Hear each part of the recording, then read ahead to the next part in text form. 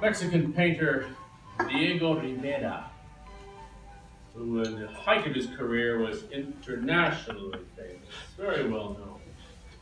He was also well known as a fervent Marxist, and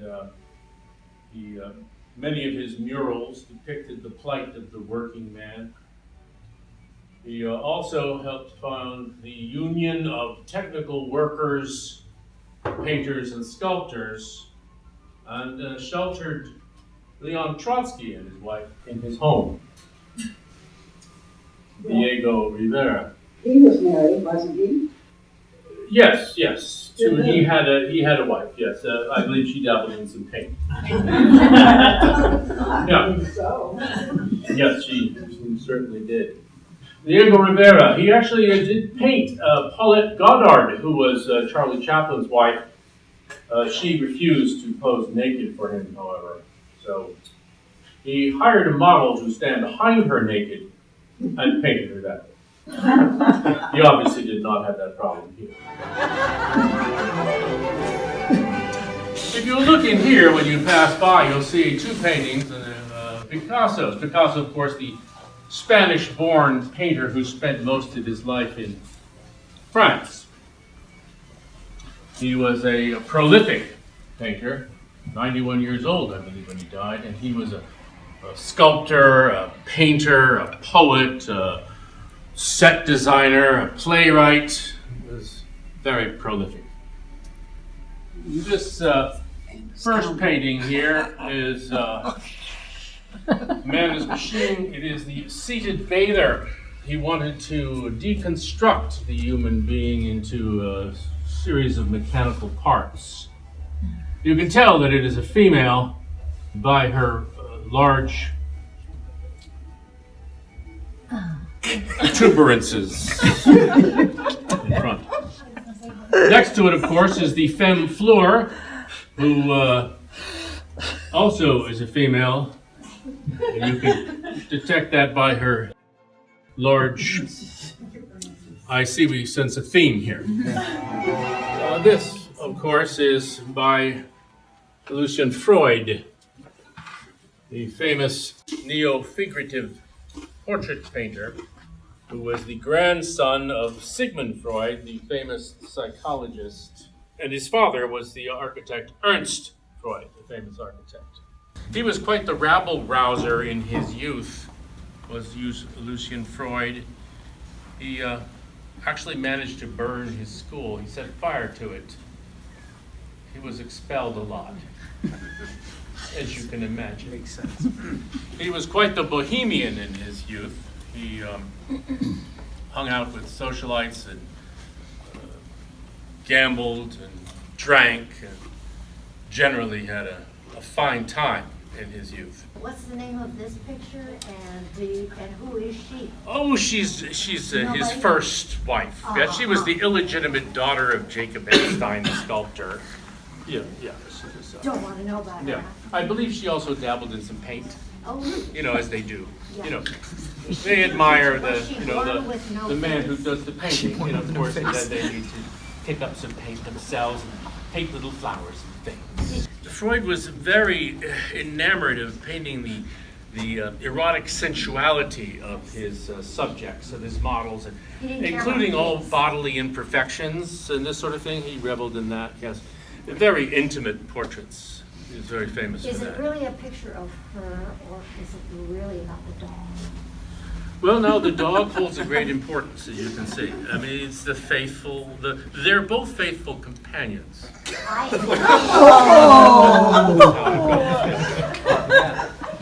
Why is this one blue? That's disappointing. Yes, that's very modest. It's modesty, really, is what it is. It's an honor to be able to pose for a great artist such as these great masters, and to be unclothed and naked before them is, I think, a great honor. Yeah, she missed out. He elected not to, as Paulette Goddard did as well, but you do what you can do.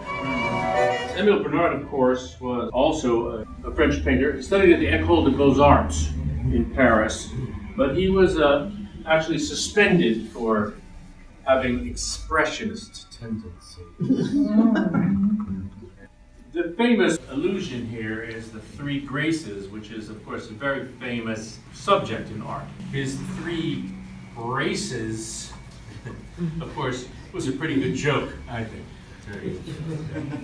Collection of different pigmented females. Very good joke. You got the only three there are, so that's great. Yeah, well, I'm sure there's a few others in there, but you don't want to overcrowd a painting. Sure. You don't want to keep it, balance. Composition. Andrew Wyeth, of course, the American realist, the father of the famous realist Jamie Wyeth, and he was the son, the fifth and last son, of the famous poster and magazine illustrator N.C. Wyeth. And here we have his famous painting of Siri. He's got many paintings of her over the 10 years that he did paint her. Here, I think he has captured brilliantly her childlike, naked innocence. Being the youthful beauty that she was. Do you know how old she was? Oh, she was old enough. I think not. Well, she was, I think 17. That's fine. No. That's fine. She was old enough. Yeah. No, she wasn't. Maybe perhaps younger. But in any case, she had, of course, her parents' permission. They were like her parents were honored to have, to be painted by an illustrious painter like Andrew Wyeth, of course. Older, let us say, yes. Older, yes. But very respected, and of course his art speaks for itself, a genius involved there. And she, of course, has been honored even as a child to be naked and exposing herself to such a brilliant painter. I'm sure. And this would have been in someone's drawing room for the entertainment of guests, right? Guests of stature. Certainly an artistic appreciation. Right, yes. It's not any prurient way. No. No, of course not. No, of course not. I mean, ladies probably liked it too. I'm sure. Probably. Yeah, well, If we'd ask. People like different things. But we won't go into those for sure. This, of course, is one of Paul Gauguin's work, who is a brilliant colorist, Paul Gauguin. He was also a very successful stockbroker in Paris before the market crash. And then the poor man was forced to depend upon the money of his wife to support him and his five children, which is very hard for any man to endure. So how did he get any work done living with them? Well, actually, he decided that he would leave them. Oh! Which is what he did to pursue his artistic career. Yeah. Because art was a calling, yes? Art is a calling. So he probably went to like an atelier somewhere and hunkered down. Well, not yet. First he went off and, and visited his friend Van Gogh in Arles, in south of France, to discuss art and so forth. But, of course, they argued because they were very virile men. Yes, Yeah, and the art was so intense, strong. and their arguments grew hot and heavy. And eventually, he left, and he decided, no, this is it. This is it. I've had enough of all of this. I'm going to move off to Tahiti because they're like this simple and cheap, and there's no civilization. I can leave the constrictures of civilization and all the rules and the marriage and the kids and leave all that behind. God, you really have to admire his courage.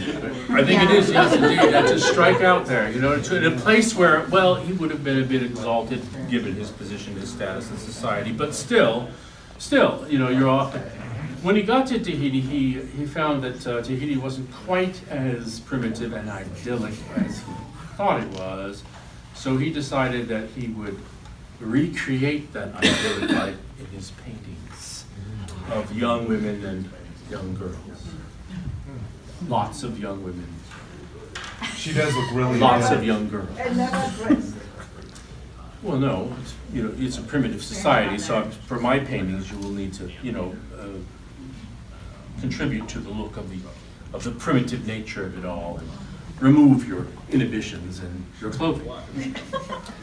One of those young women he actually did marry. She was she was a little young, but 13, but still, it was actually given her. But anyway, so it wasn't his responsibility, yes, it was given her. So what are you going to do? You know, Say no. Yeah, Right, that's great. You know what I mean? Yeah. So he married her, but he was okay, really, because he knew that the rules in Tahiti of divorce at the time were simply you take her belongings and put them outside your house and you are divorced. So he didn't have to worry too much about being, completely tied down by the rigors of civilization which he had left. Civilization, Yeah. Syphilis. So, I think actually, syphilis was a big problem as well, wasn't it? I mean, 13, Well, 13 maybe he was a little safer. he actually died of cardiovascular syphilis, but that's another Oh, point. so he gave it to the young girl. It's conceivable, I suppose, or maybe the other way around. We don't know. Not at all. We don't know. Yves Klein, of course, was one of the important painters of the last century. He was actually heavily into the martial arts before he became a painter, before he devoted himself to painting. And he was famous for saying, "Art is where the artist goes." Oh. You think about that. Art is wherever the artist goes. So wherever you go as an artist, art follows you because you create art in whatever you do. And he liked to play with the power of elemental natural materials in his art. So what he did was he got models and had them take their clothing off. Female models. Well, female models, yes, of course. Not Yeah. males. Oh, no, we wouldn't want to see male. No. So anyway, the female models were, then he covered them with lapis lazuli paint. And then he had them drag each other across the canvas, and art is wherever the artist goes. So she produced art on the canvas by having these women. Like He would a also skin have, mark. There you go. yes, anyway, you can see the impression here of the naked woman as she was dragged across the canvas. And of course, he did have special music composed for it, and he had an orchestra playing there, and about 100 people in attendance while this took place. So, But this was not sexualized entertainment. This was pure art, right? so he had one woman was painted and another woman pulled, Well, she was naked too, of yeah. course.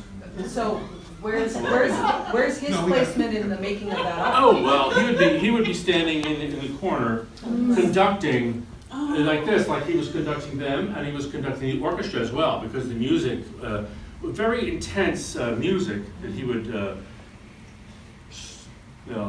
set in motion. Well, and it seems to me that if he wasn't conducting, they would have been the artists. Which is, that would have been weird, right?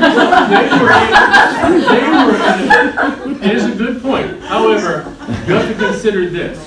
They were, in effect, human paintbrushes. You see, they were his paintbrushes. Like mentally. Yes. Well, yeah, he would use them as paintbrushes. He would set them in motion, and they would drag as if he were commanding them to move across the canvas. Yeah. More like Warhol's art is what you can get away with, right? And he got away with it. There he is.